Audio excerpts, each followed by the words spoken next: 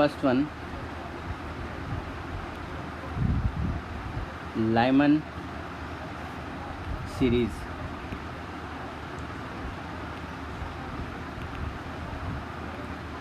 Basically, for hydrogen atom, I'll be defining these series. I asked you to go through lithium ion, beryllium ion, etc. Right now, see, in this series,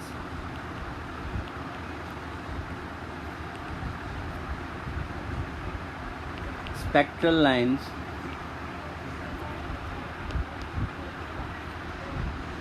corresponds to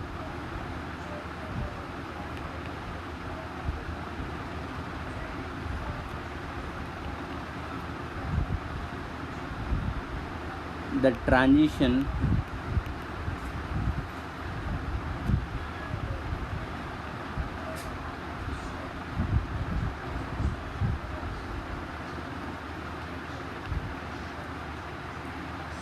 of electron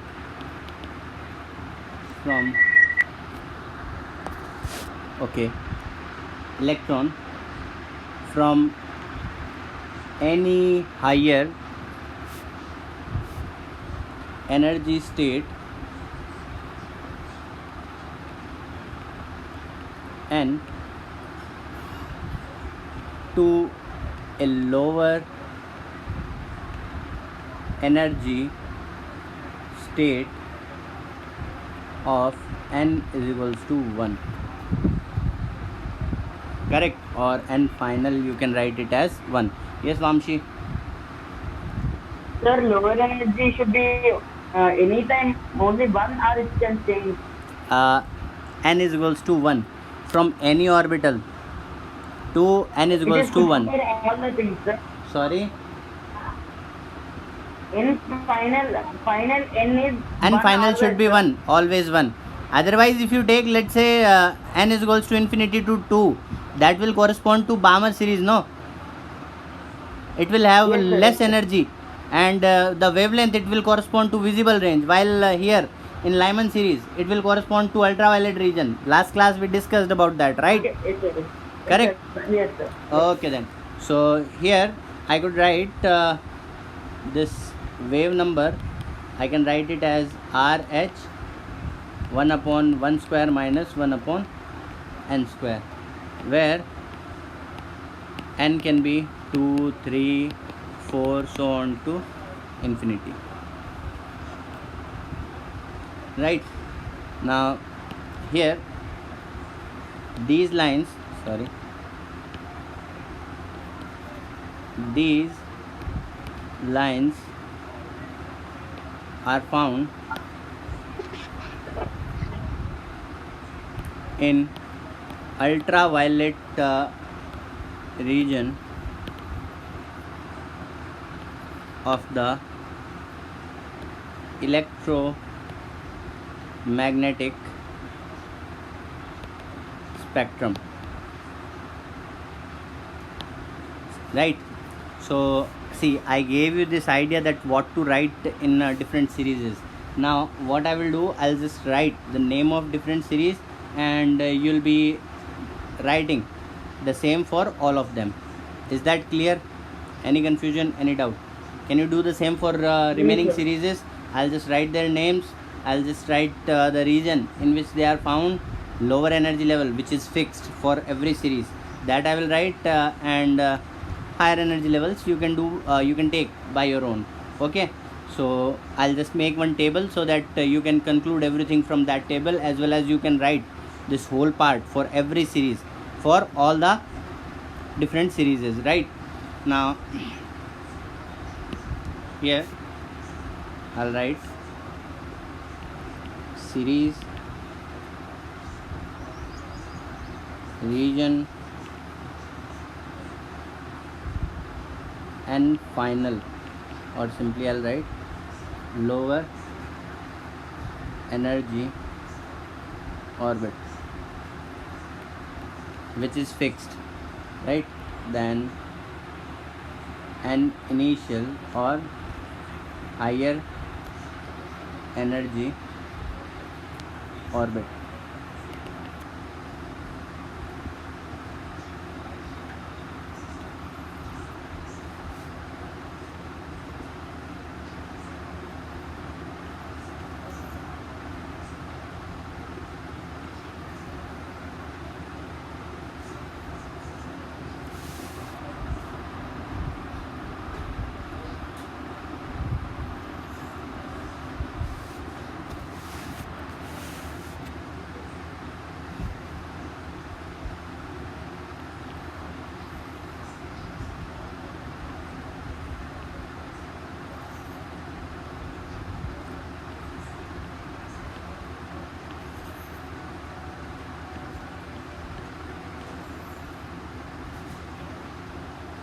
here let's say start with the Lyman UV region 1 2 3 4 infinity, any higher energy level orbit. Then Balmer, here this is present in visible range. And final lower energy level orbit will be 2, so higher energy level orbit any orbit like this. Sir, in Balmer, the only first four in visible region, no sir? Sorry, In Balmer series, only first four lines were in visible region, no sir? all of them will be in visible region. You can find out, because energy difference will be very small, so wavelength difference will also be very small. The wavelength with highest energy, it will be around 368 nanometer like that, and highest energy highest wavelength or lowest energy, it will be around 650 or something like that. So it will, all the lines, they will be present in visible range only. That was discussed in class itself last time. Even I asked you to take care of that in your homework, right? You can even find out right now. See, if you take, let's say I take first line, let's say infinity to 2, delta E, it can be directly written as 3.4 electron volt. So lambda, it will be coming out to be 1242 by 3.4 nanometer. You can see whether it is lying in visible range or not. And last line, if I take 3 to 2, delta E, it will be 1.89 electron volt. Lambda 1242 by 1.89 nanometer. Correct? That you can do. You can check it out, right? Okay. So I'll just clean this one.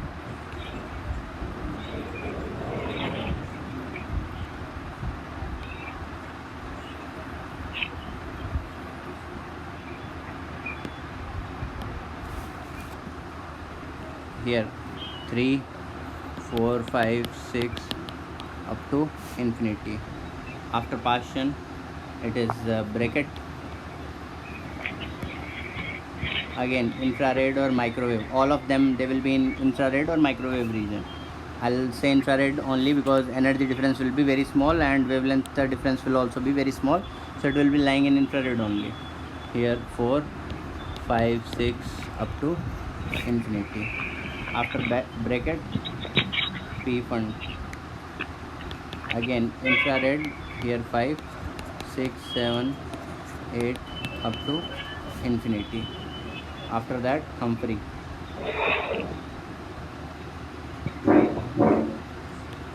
Infrared 6 7 8 9 up to infinity.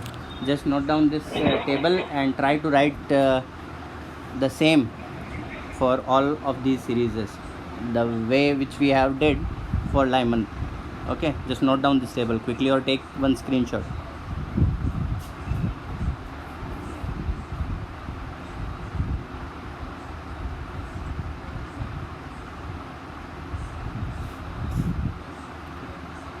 I guess done.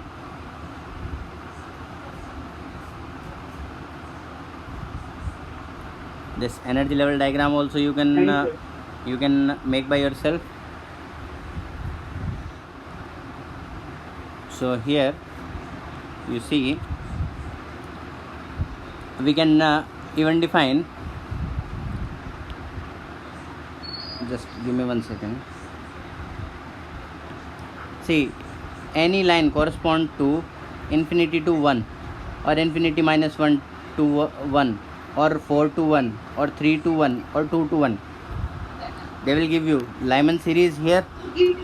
Similarly, infinity to 2 from any orbit to here at n is equals to 2. That will give you Balmer series. Then 2, this n is equals to 3. All the lines, they will give you partition series like that. Is that clear? Right? So I'll stop sharing this one, and I'll share whiteboard. Now let's take one or two problem and then let's move on, okay, so that we can discuss the limitations of Bohr's model. So here I'll give you one or two problems. Here, question number 1.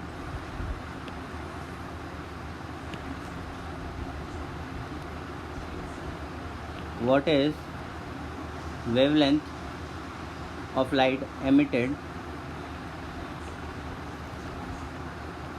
when the electron in hydrogen atom undergoes transition from energy level n is equals to 4 to n is equals to 2? That is first question. Even though we have discussed similar type of problem, but still quickly you can find it out within a few seconds. Okay, here one more thing. I told you to go through these lithium ion and beryllium ions also, the energy level and these different series in lithium beryllium ions also. I suppose you have done that. If you haven't, you try to figure it out. Okay, then 1.8 into 10 to the power 6.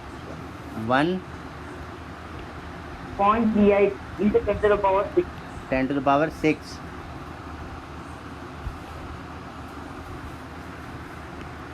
How? 10 to the power 6 kilometer, liter, Pascal. No, sir, nanometer. 10 to the power 6 nanometer. I mean, just see what you are doing. Vamsi, you have to be very careful with the units.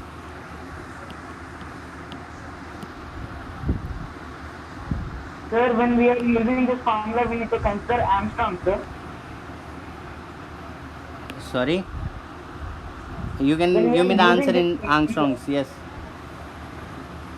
Yes, sir. 1.8 into 10 to the power 6 Armstrong. 1.8 into 10 to the power 6 angstroms. Is that your final answer? Yes, sir. That is wrong, I suppose. I am getting 482 nanometer. Suraj, I'll give you time, okay, to explain that answer. Yes, anyone else getting this as answer?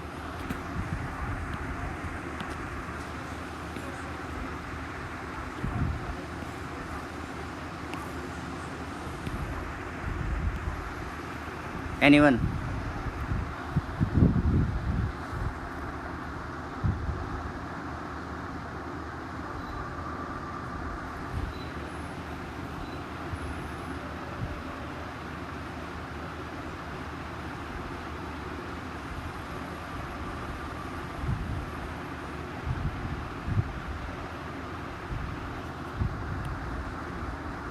.8 centimeter. But 4.8 centimeter is a huge length, like this one, not like this one, around this one. This is 4.8 centimeter, or you can say up to here. This big wavelength cannot be possible, no? 10 to the power, no, Sushant, what are you doing, guys? That straightforward formula I have given to you, 1242 by delta E in electron volt, it will come out in nanometer. So directly what you have to do, yes, Shrija, very good. 1242 divided by n is equals to 4 to n is equals to 2. Energy will be coming out in what? Minus 13.6 into 1 by 2 square, or sorry, 13.6 delta E, 1 by 2 square minus 1 by 4 square in electron volt. So it will be coming out to be 1 by 4 minus 1 by 16. It will be coming out to be 3 by 16 electron volt. So 13.6 into 3 into 16 nanometer. That will be your answer. Simple as that. Can you calculate this one? Shrija, your answer is correct. Almost correct. Clear, everyone? Anyone having any kind of doubt, you can ask.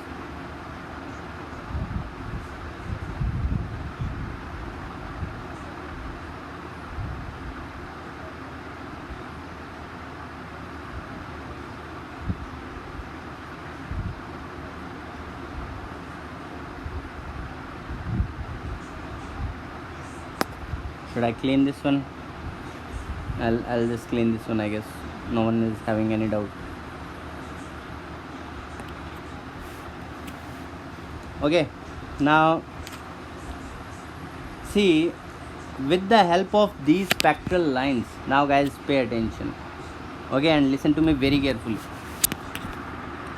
With the help of these spectral lines which Bohr has observed, he found out that there are different energy levels from which these lines they are coming.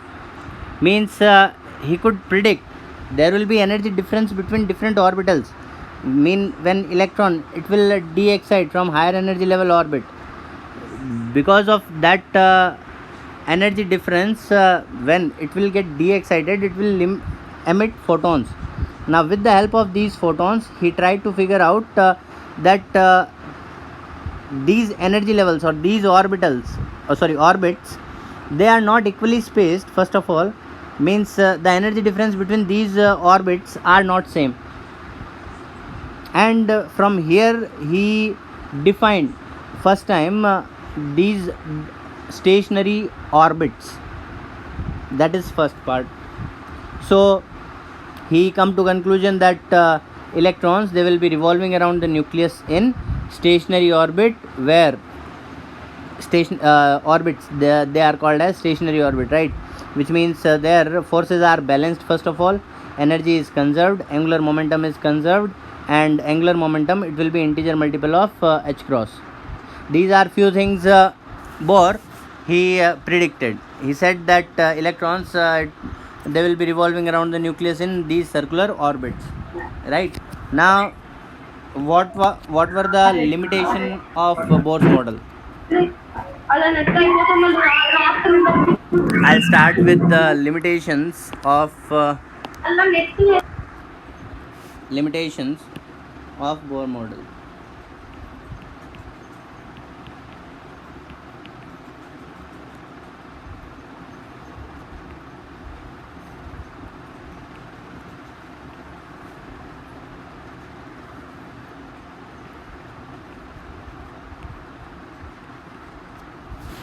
Just pay attention, because if there are limitations, which mean we might require another theory in order to define the structure of atom.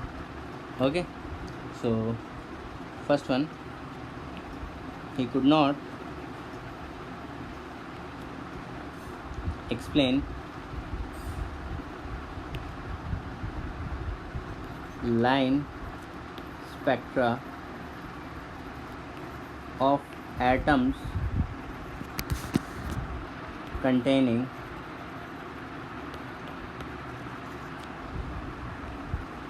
more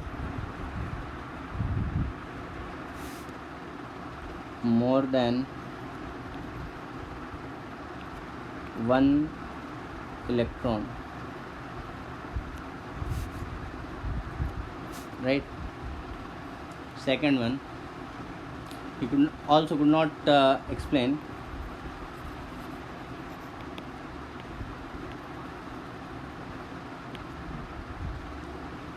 the presence of multiple spectral line. Let's make one star mark then. Okay, then third one, he was unable to explain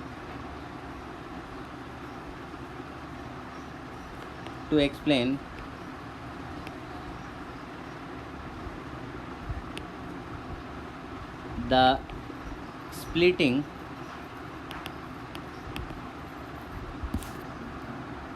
of spectral lines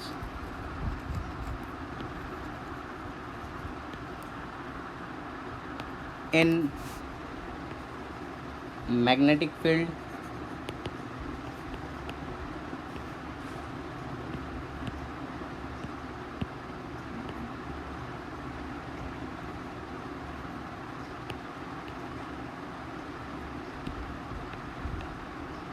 Zeeman effect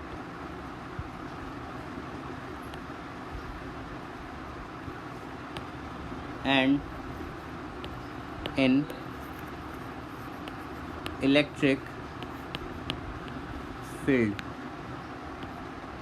that is Stark effect.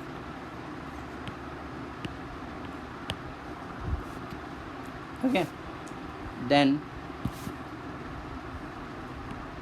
here I could write later explained by Sommerfeld.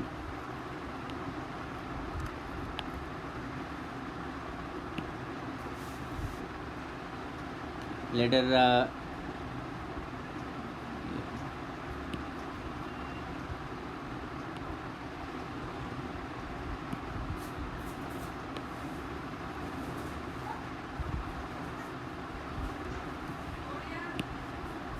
next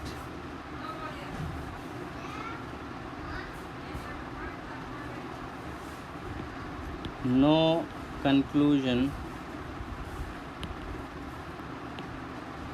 was given for principle of quantization of angular momentum, where we said MVR is integer multiple of h cross. There was no conclusion behind this postulate. That is another limitation, right? This limitation was for later clarified after de Broglie gave his dual nature theory. Okay, so here he was also unable to explain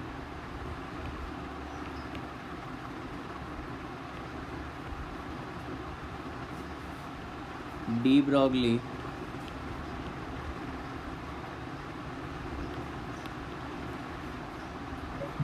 concept of dual nature.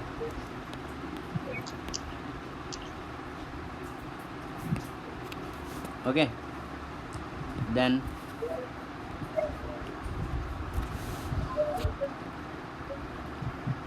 he could not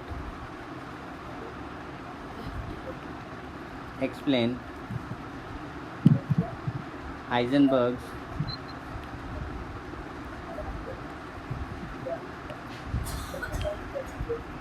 uncertainty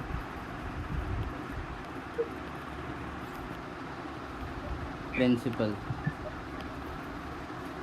Even though these principles they came later on, but still they would be considered as limitation of Bohr's model. Okay, so here with this star mark I'll write. So this model is applicable for hydrogen or hydrogen like species, means single electron species. नीचे नीचे ही है. Okay, so these are some limitations of Bohr's model. Then this Sommerfeld's concept, it came into existence. Okay, now this Sommerfeld, basically Sommerfeld, he introduced a new atomic model to explain fine spectrum of hydrogen atom. Means these spectral lines which we have observed, they were so diffuse that from the naked eye we were unable to differentiate between these spectral lines. So he proposed that moving electron might describe elliptical orbit in addition to circular orbit, and the nucleus is situated at one of the foci.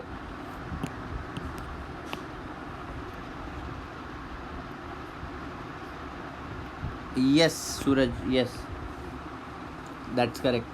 So that is these are some of the postulates of Sommerfeld's concept.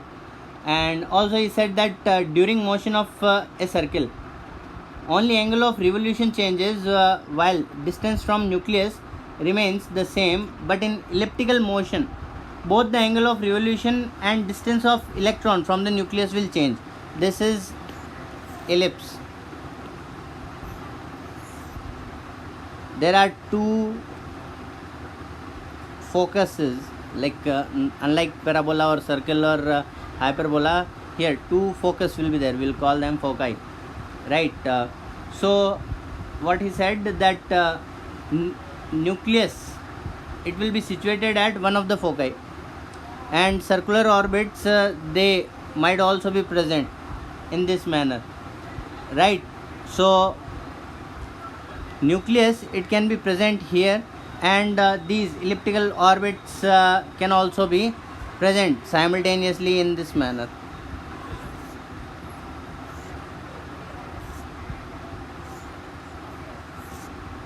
So this point, it will be the nucleus of one of the foci of these ellipses along with these circular orbits.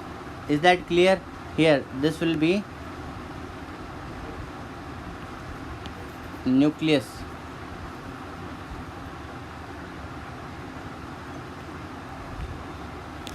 Okay, also he said that distance from nucleus is termed as radius vector, and angle of revolution is called as azimuthal angle. Okay, right now conic section has not been discussed with you, so what is focus, what is this angle of revolution and all, that will be an difficult thing for you, as well as this Sommerfeld's concept, it is not in detail in your syllabus.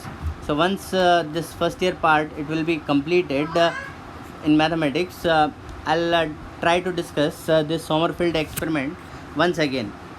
Only this Stark effect and Zeeman effect, it is there in our syllabus, that too just from objective point of view, that these spectral lines, like Bohr's model, it cannot explain the splitting of spectral line in electric field or magnetic field. That is basically the statement of Sommerfeld's concept. Okay, here I gave you few of these important postulates of Sommerfeld's concept, which is not even in our syllabus. Okay, so don't bother about this experiment. Again, when conic section will be done, I'll discuss it in detail if you want. Okay, it will be completely out of the syllabus. So this discussion on the Sommerfeld's experiment, mathematical discussion. Okay, the postulates behind Sommerfeld experiment I have discussed with you. Also, when I'll complete quantum mechanical model, I'll try to go through another different postulates of Sommerfeld experiment, and also I'll discuss Stark effect and Zeeman effect. You just remind me at that time. Okay, so this is about Bohr's model, where see in this chapter up to here, now pay attention, that up to here what we have done, we have discussed this particle nature of electron. Up to this point in this chapter, we have only discussed the particle nature of electron. means we have tried to figure out this structure of atom considering electron as a particle. But what if this electron, very small particle size we have discussed, its velocities we have discussed, so it is moving with very high velocities for very short distances. So what if we don't consider its particle nature because its mass, it is very small? What if we don't consider its particle nature, and if it exists in different form also, or if we consider different nature of electron, can we define different characteristics of this fast moving very small object? Can we do that? Like, we have to look for another options also, because so far any theory which we have discussed, it was unable to explain everything related to the electron or related to the structure of atom. Means a single theory, it cannot explain all the angles or all the parts where we can define this structure of atom, right? Anyone having any confusion so far up to this particular point, so that I could go for this dual nature theory? Anyone?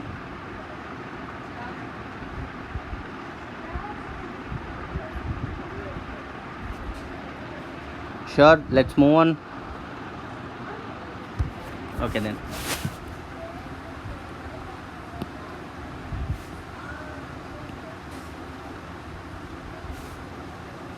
Next,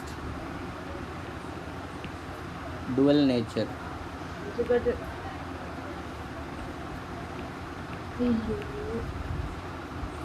Okay, now it was proposed by Louis de Broglie in 1924. Here I'll write, in 1924, Louis de Broglie, he suggested that just as light exhibit wave and particle properties, of light, it can be defined using different experiments, like that photoelectric effect I told you, where I have written, if you go through the old notes and you find that photoelectric effect, I mentioned there that that experiment, it defines the particle nature of light, right? And Planck's theory, it defines wave nature of light, correct?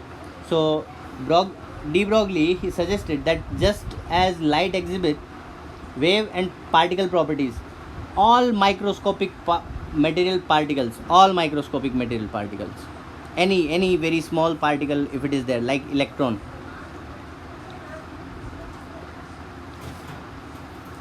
these microscopic particles, if they are in motion, such as electron, proton, atoms, ions, molecule, they can have dual characteristics. We need to just understand the significance, that whether their particle nature will be significant means important or useful. Okay, we need to understand whether which nature of these different microscopic species will be significant for us. Means, if I consider an atom or molecule, let's say hydrogen molecule if I am taking, or let's say alpha particle, alpha ray I am taking, so whether if it exhibit, let's say if it exhibit both particle nature as well as wave nature, so which nature will be significant for us? Means, whether wave nature of alpha particle will be important, or whether particle nature or material nature of that alpha ray will be significant. So that how we can figure out, how we can define, that we will do with the help of this dual nature theory. Okay, so basically he said that all these microscopic particles, they have dual characteristics. In other words, we can say that all material particles in motion possess some wave characteristics associated with them. But that wave characteristic, whether that will be significant or not, that is another question. Like that we can find out using this dual nature theory. Okay, so now first thing here, according to de Broglie, the wavelength associated with the particle of mass m moving with velocity mu, or simply first he started with the light itself, as light exhibit dual nature, that he found out. So he used E is equals to mc square. It is according to Einstein, energy of a particle that I can define, energy mass conservation. If I apply, E can be written as mc square, as well as E can be written as h mu, according to Planck's theory. This is according to Einstein and this is according to Planck, right? So if both are energy of light itself, then what I can write here, that this mc square must be equals to h mu, correct? Or this implies this mc square, it can be written as hc by lambda. This implies lambda, it can be written as h by mc, mass of that small particle light. It is very difficult to define. Again, m will be m naught upon 1 minus v square by c square, that we write, where m naught is rest mass. If you remember, I have already defined that. So here mc, mass into velocity, that is what? That is momentum. So lambda I can write as h by p. He defined this for light. First of all, de Broglie, he defined that wavelength associated with light, it can be written as lambda is equals to h by p, or simply he tried to find out momentum of light, that can be written as h, Planck's constant, by wavelength associated with that light.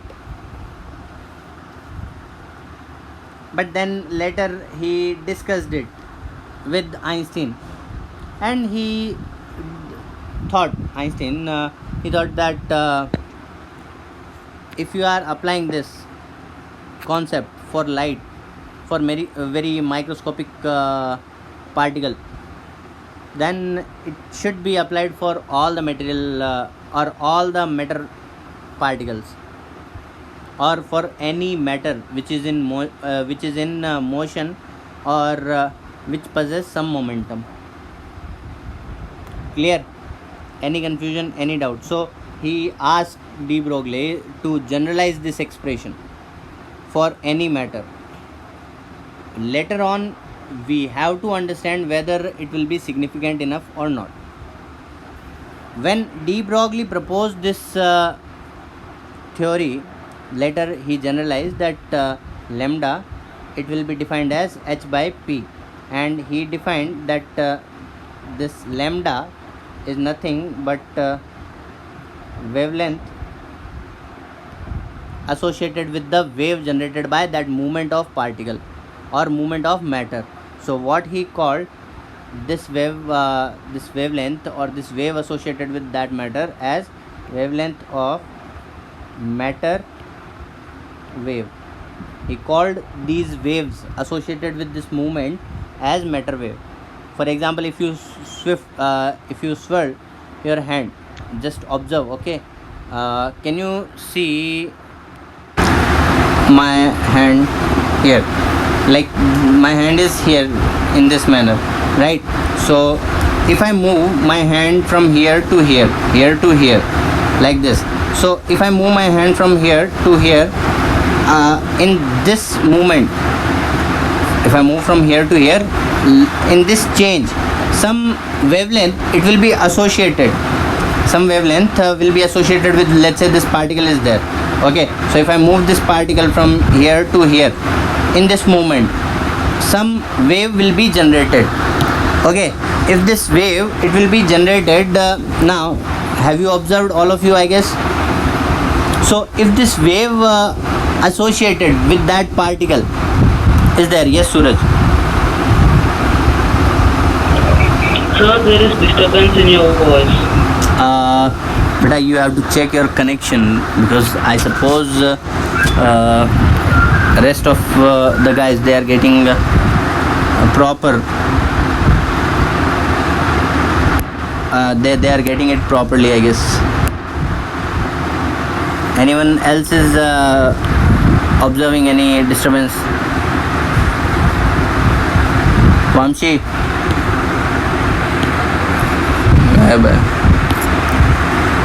Anyone else having? Okay, so I guess if you have a proper connection, like wherever internet is good, you sit there. Okay, so what I'm saying, that if an matter move from here to here with some velocity v, let's say, so when that matter move, it will generate some wavelength. It will generate some wave, not wavelength. It will generate some wave. It will remain there for infinity. Some wave has been generated. Now that wave, whether it is significant or not, that is that we will discuss in very short interval of time. Right now we are just saying that some wave, it will be generated. Time lagi. 7 baje 5:30 चालू करी. Okay, so that wave, it will be generated. Now later on, when Einstein further thought about this generation of wave, this generation of matter wave, he came up with another new discovery, which is not in our syllabus. So next part, which I am going to say, you just listen. Don't think too much about this particular part which I am going to say.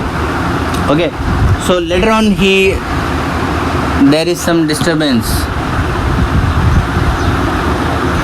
Only this fan is going. Some disturbance in middle. Some disturbance is there. Like what kind of disturbance? Whether it is noise or whether my voice is breaking? Sir, it is noise, sir. It's just noise. 1 second. Is it this kind of noise? Yes. That is basically when I'm writing this pencil, it will be touching this pad. Because of that, Before it was okay, sir. After you start the video, then the sound is like that. the sound now it is coming. No. Now is it fine? I guess. Yes. Okay then.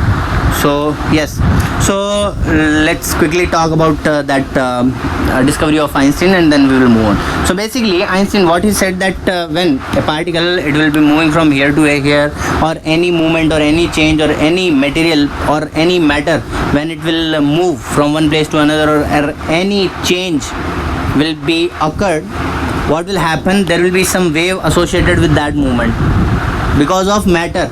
Okay, and we know that the force of attraction, basically force of attraction only will be there, because matter, we only know only one kind of matter. Okay, positive mass, right? So only gravitational force of attraction will be there between matter. So because of this movement of matter, there will be matter wave generated there, and that matter wave, later on Einstein associated that matter wave with that matter. He called it as with respect to some other matter or other mass or another object. He considered some gravitational waves, they will be generated, and they, about those gravitational wave or gravitational waves, they are very similar to that of these matter waves. And he said that these matter waves or these gravitational waves, they will remain at the point where they are generated for infinite time, until and unless some other wave it disturb that particular wave, right? So basically, let's say if I have moved this object from here to here, so what will happen? There will be this wave generated here, it will remain here for infinite time. So what I can do, I can like, if we can develop such kind of device, so what we can do, we can collect these matter waves and we can process them, and we can look into the past if we can develop such kind of devices. Like for example, right now I am speaking something, so basically this sound wave, it will be received by the receptors in the microphone,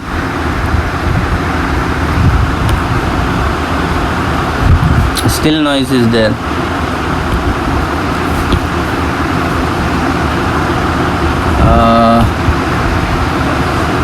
Just give me 1 minute. I'll put off the fan and then I'll see whether if noise is there or not. Okay, just give me 1 minute.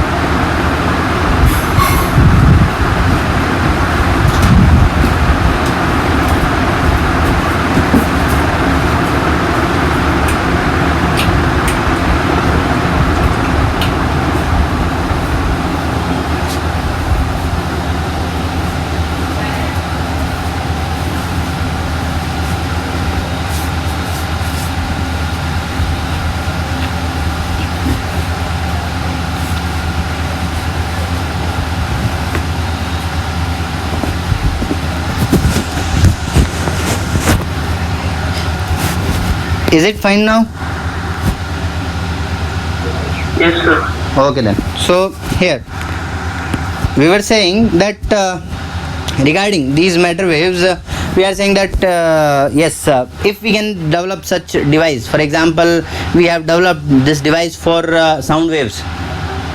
A receptor in microphone, it will receive these sound waves, and those sound waves then they will be converted into electronic signals, and later on these electronic signals they will be processed in terms of some binary language, and then they will be modulated in form of some electromagnetic radiation, and transmission can occur. Those electromagnetic waves, like with the help of modulator and demodulators, they can be exchanged through different devices, right? And so the sound wave generated here can be transmitted to thousands of kilometers away. You are sitting right now, okay, we are separated by thousands of kilometers. So even by this distance you can listen to these, or you can observe these sound waves. So if we can generate such kind of devices where we can receive these matter waves and we can process them in form of image or sound, or in form of some binary codes, etc.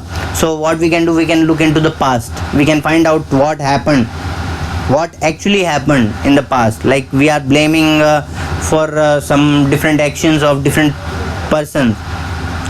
So if we can do this kind of thing, then a lot of things will be changed, right?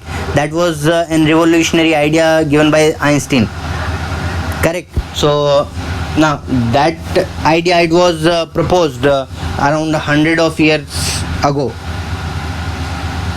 but it got what should I say, it got approved a few years back, like 2-3 years back, if I remember. This gravitational theory, or this theory of gravitational waves given by Einstein was approved, where thousands of scientists they did research regarding these gravitational waves, and then finally these were approved, in which few scientists, they were from India as well. One professor from IIT Gandhinagar was there. So it was a quite proud moment for us Indians, right? Now let's not talk about that part in detail. Let's come back towards these matter waves. So basically what we are saying, that not we are, basically what de Broglie said, he said that with movement of any matter, this different matter waves they will be produced, and whether these matter waves they will be significant or not, that we need to find out. Okay, so if these waves, these matter waves which are produced, if they are significant, in that case, I'll just clean this one. If they are significant, then we can say that that particular particle, matter wave, matter particle, what I'm saying, see, the particle nature is already present, and if these matter waves generated, if they have some significant value, then we can say that that particle, it will have wave nature also. It will be considered as that particle, it exhibit dual nature, means particle nature as well as wave nature, just like light. Any confusion, any doubt up to here? Why we are doing this? What is the significance of doing this? Is this part clear? So that we can define that whether wave nature of electron, is it significant or not? We want to find out first. Then if its wave nature is significant, then we will try to find out the structure of atom using the wave nature of electron. That will be our next part to do. Is it clear to everyone? Any confusion so far? Any doubt you can ask. I'll give you 1 minute to go through this particular part once again. Just do it.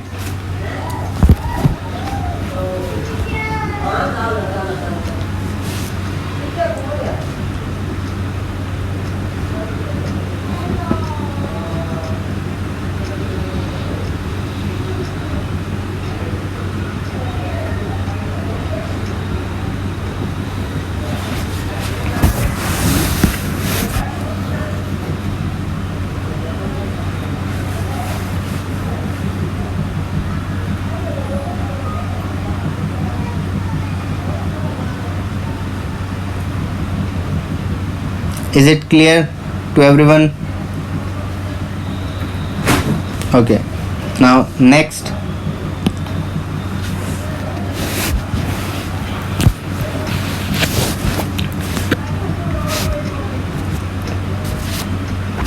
so what we have defined, that wavelength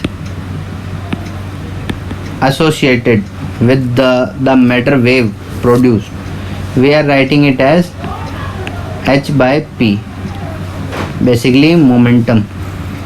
P is what? H is Planck's constant, p is momentum associated with movement of that matter, which I can even write it as mv. So this wavelength, it can be written as h upon mv. M is mass, v is the velocity. Now just look at this particular part. It I am writing as p, right? So here if I multiply both ends side by half m, so it can be written as half m mv can be written as 1 by 2 mp. Is that correct? This whole part, it will become kinetic energy, that I can write as mass into momentum by 2, or momentum in terms of kinetic energy, I can write it as 2 into m into kinetic energy. Yes or no? If I put this value in this expression, in given expression, we can write lambda, wavelength associated with that matter wave, it can be even written as h upon 2m k e. Can we write that? Yes.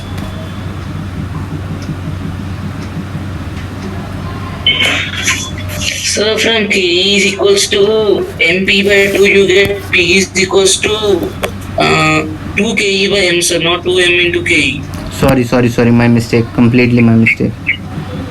Right, so let's do it again.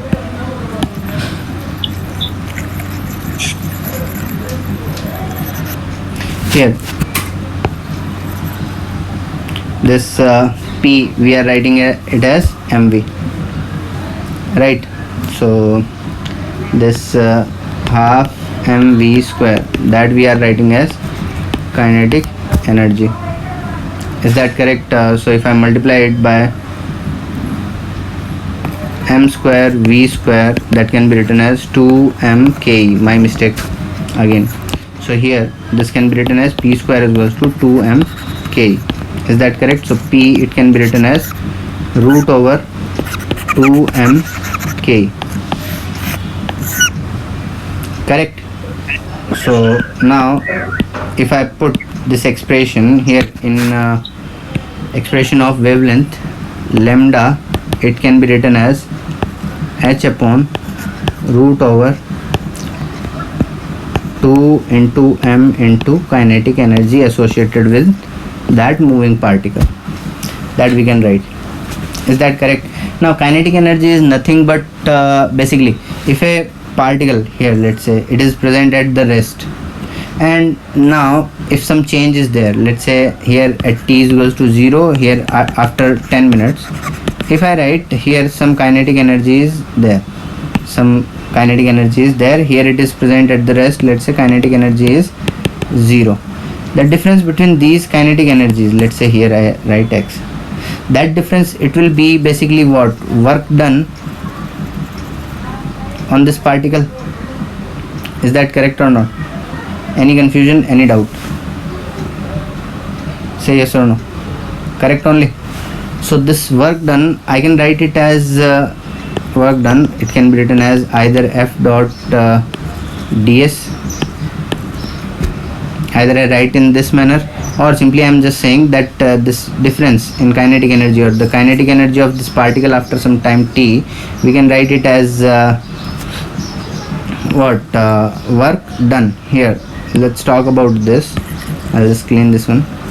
If I start with some particle accelerator, first of all, anyone having any idea about particle accelerator? What is particle accelerator? Like anyone heard this name before? Either particle accelerator or large hadron collider? Anyone? Sir, once you repeat again. Potential. Large hadron collider. I guess 10-15 years ago, there is this society named CERN, CERN, in Geneva, Switzerland. This is one of the biggest society for physics. Means most of the new discoveries, they are like most of the theories or discoveries, they are coming from the society itself. It's like IUPAC in physics.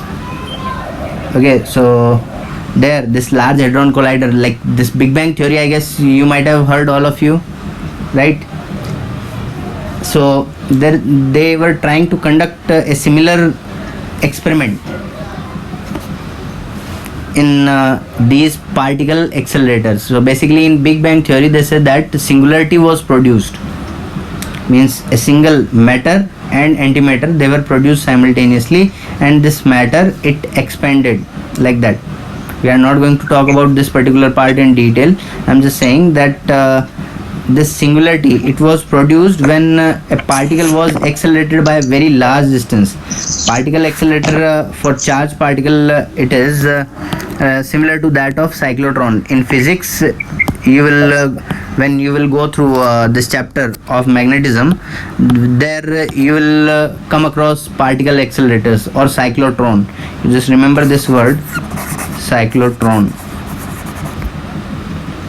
Okay, so these cyclotrons you will discuss in physics, where charged particle in presence of magnetic field, some force is being applied on them, and if force is applied, so they will accelerate. So if they accelerate, their velocities they will increase, right? So if these velocities they are increased, which means their kinetic energy, it will also increase. So finally we can accelerate them by very large velocity, and then ultimately if two particles they collide with very large velocities, very small particles like some proton or electron, if they are colliding with very large velocities, some singularity can be produced there. Okay, after 2 years, when you will have sufficient knowledge about these particle accelerator and these microscopic species, you can discuss this particular part with me in detail, because right now this particular part which we are discussing, that is not in your syllabus, even for your graduation also.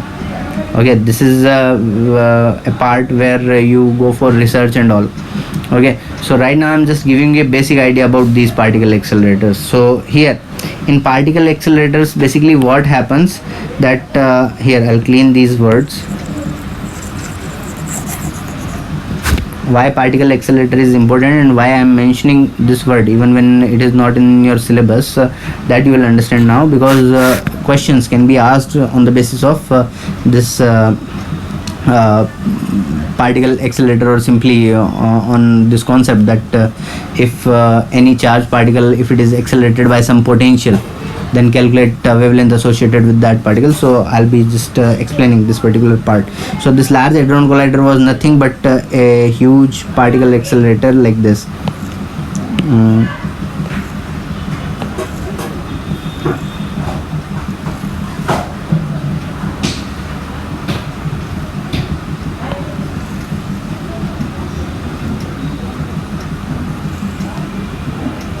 So these are like discs. Two circular discs are there where magnetic field is applied and some charged particle is there. So this charged particle, like magnetic field, it will be applied in a direction perpendicular to the movement of charged particle. So it will exert some force F is equals to Q V cross B. Right now these parts, they are not important for you until and unless magnetism and current, electricity, etc., these chapters are completed in physics. Okay, so these are typical concepts of physics. So if you don't get this part, don't worry about it, because main point which is important for you, I'll mark that part, okay, which is which you should remember. Okay, so here force is, if it is applied, velocity of these particles, it will increase. Now we are saying work done, that will become change in kinetic energy. Now work done in an electric field, we write Q dot V. Again, when next year electrostatic will be done, you will come to know work done is nothing but charge into potential. So that will come out to be change in kinetic energy, or the kinetic energy of the particle, the work done on that charged particle. Okay, so I'll clean this whole part, and now I'll write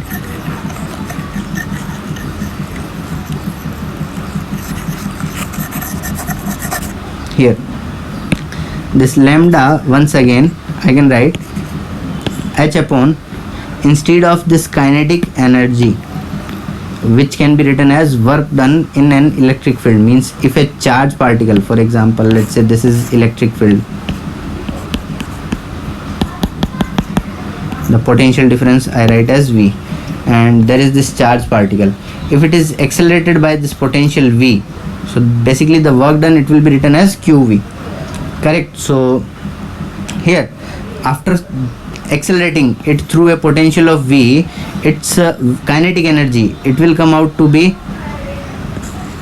H up, or wavelength, it will come out to be lambda is equals to H upon root over 2m. Instead of kinetic energy, I can write Q, that charge present on that charged particle, multiplied by V. V is not velocity, it is the potential by which that charged particle, it is accelerated. V is Q is written in terms of coulombs. Q, basically it is charge on that particle, right? It is expressed in terms of coulombs. V is potential by which it's accelerated.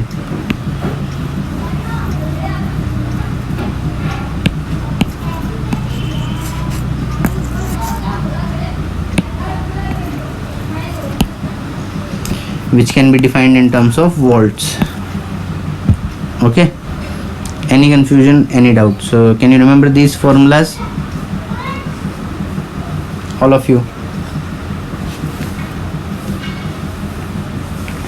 Try to take screenshot of these formulas, so that we can solve a few problem, and then we can later on we can discuss about the significance of dual nature and uncertainty principle. Just note down or take screenshot quickly, so that at least we can solve one or two problems. Any confusion, any doubt? Yes, Suraj. M is rest mass or moving mass? This M is the actual mass of the particle, actual mass. Like if you are considering its movement to be very high, means if you are considering the mass to be changing, basically no, in chemistry no one is going to put this value M is equals to M naught 1 upon 1 minus v square by c square.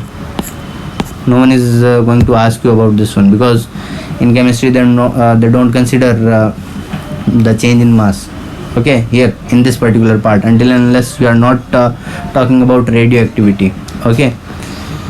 So this formula, it will be only useful in problems when you will be solving problems of physics, okay. In chemistry there won't be any use.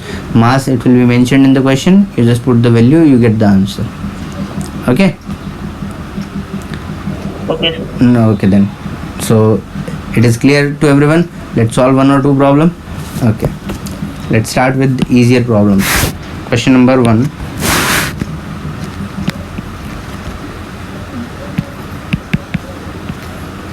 Calculate wavelength associated with a tennis ball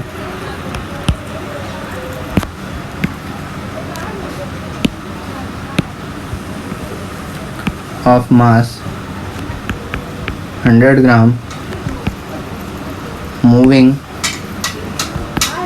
with 1 meter per second velocity, okay.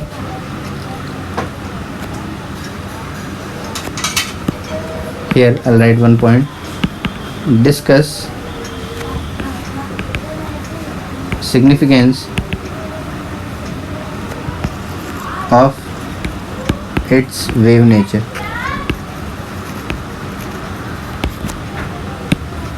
Question number 2. Calculate wavelength associated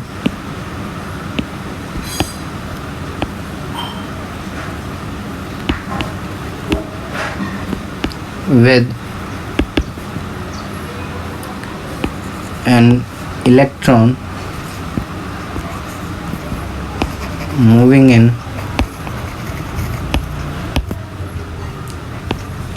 second orbit of hydrogen atom.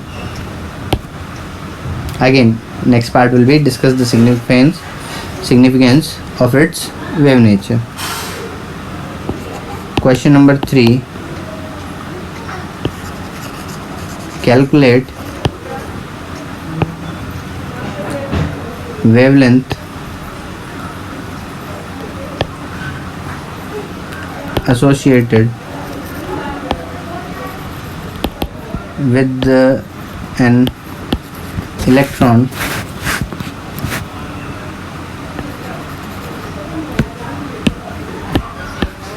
which is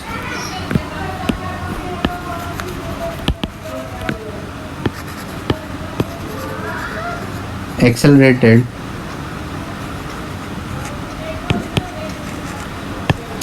by a potential which is accelerated by a potential of let's take 10 volt, okay, or 1 volt you take, just take 1 volt. 3 questions are there, you have 3 minutes, try to get the answer quickly. Your time starts now.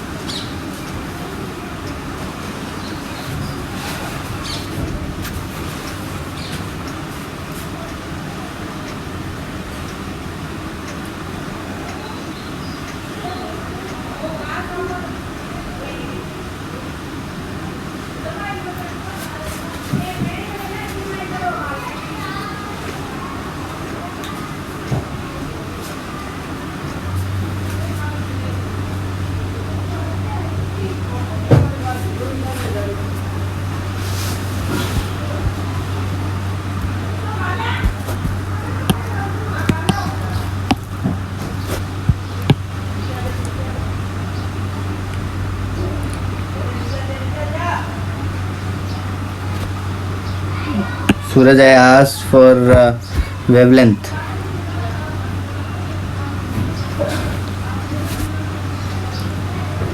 Unit for wavelength is either in meter, nanometer, centimeter, angstrom.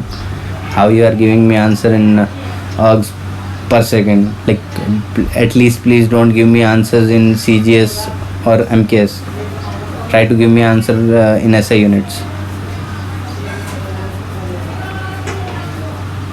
First one, Likita, around 6 into 10 to the power minus 24 meters or nanometer, what was that?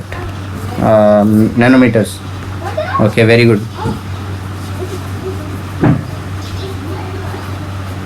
That red part which I have written, can you explain that one? Anyone? Like, time is up for all the 3 questions. I have got only one answer from Likita for the first one, that is correct. Remaining 2 I haven't got answer, as well as I haven't got the part, that red part which I have written here.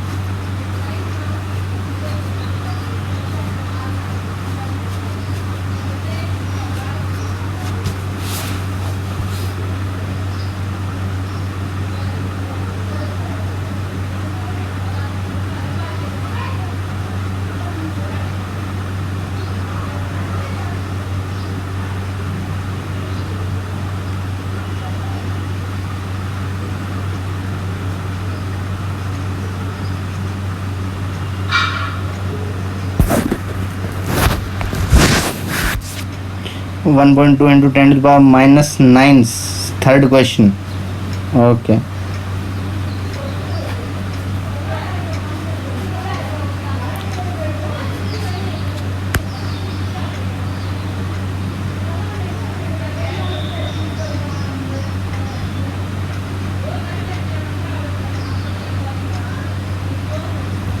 So let me give you this idea, so that in next class when I will be discussing the significance of both de Broglie's this theory, dual nature theory, as well as Heisenberg uncertainty principle, that time it will be very important for us.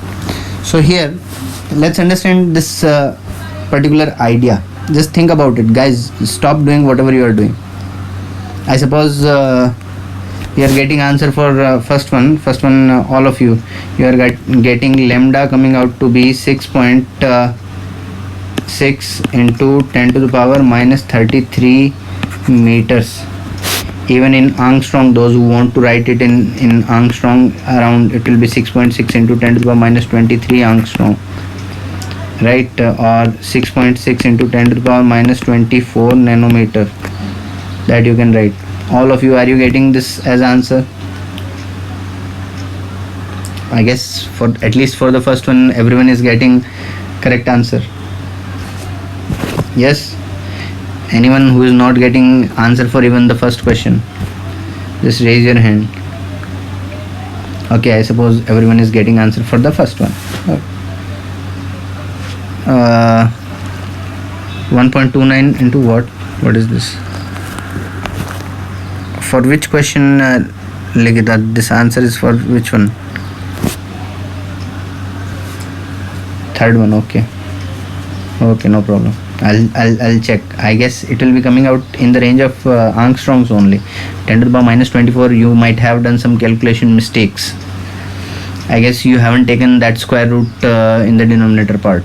Just check that whether that is correct or not. And as I asked you to stop doing whatever you are doing right now, just stop it, all of you, and listen to me. So as I was saying, that answer for the first one I'm getting in this particular value. Even if I take in nanometers, because that electromagnetic spectrum I have defined in terms of nanometers. So let's say I clean all these values, and I'll try to write this one clearly. Lambda I'm getting for the first one around 6.6 into 10 to the power minus 24 nanometer. And this was electromagnetic spectrum. Here visible range I have written as 350 nanometer to 750 nanometer. This is around 100 nanometer UV rays. This is visible range, right? Then X-ray, gamma, cosmic rays, they will be in terms of nanometers, peak angstroms, or even in, let's say, picometers. This 10 to the power minus 24, does it even belong to this electromagnetic spectrum? Answer will be no, a big no. Is that correct or not? So tell me whether this wavelength, is it significant? Is it significant for any type of radiation, for any type of electromagnetic spectrum? Just think about it, guys. Are you getting what I'm trying to say? I want. As particle size increases, wave nature, significance of wave nature decreases. Yes, very good. As well as it depends upon its velocity also. Like, we cannot just rely on the size of particle. Sometimes it is not necessary that if size is very small it will possess only wave nature. No, it is not necessary. Momentum. Right. So basically it will depend upon momentum. Yes, right. So basically we say that for this tennis ball, considering its wave nature, like the wave associated with movement of that tennis ball, that is not significant, right? The wavelength associated with this movement of yes, iPhone, I got the answer. Okay, so basically for the I asked you to stop doing whatever you are doing. Just listen, stop calculating the answer. I gave you 3 minutes, you didn't give me the answer. Now just listen to me what I'm trying to say. Okay, so here, just looking at the values of the wavelength we have calculated, we can easily conclude that it does not belong to this it does not belong to any characteristic wave. So considering the wave nature of that moving tennis ball, it is not significant. Means wave nature of that moving tennis ball is not significant enough. So basically whenever we have to consider any nature of that moving tennis ball, we have to only consider its particle nature. Is it clear? So basically which particular nature of that moving tennis ball is significant to us? The particle nature, not the wave nature. So that for this tennis ball we can say particle nature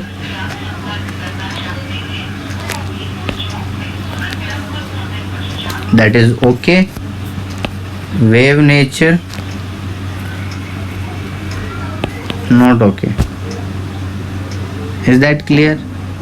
Any confusion, any kind of doubt? But if I calculate wavelength for second one, it is coming out to be quite significant enough. Is that correct or not? Mass, it will be minus 31 into velocity 6, so it will be around coming out in terms of some nanometers. So it will be either belonging to visible range or ultraviolet range or visible range or infrared radiation. Is that correct? So that wave associated with that moving electron, that is quite significant for us, which means we can consider the wave nature of that electron along with the particle nature of electron, which means this electron, this moving electron, it possesses dual nature. That is verified. That is significance of this theory. Is that clear? Same way we can define the significance of matter wave associated with that electron accelerated by the potential. Now the answers for these three questions you can discuss with me in the doubt session. Okay, and try to solve few questions related to this dual nature in the assignment which I have given to you.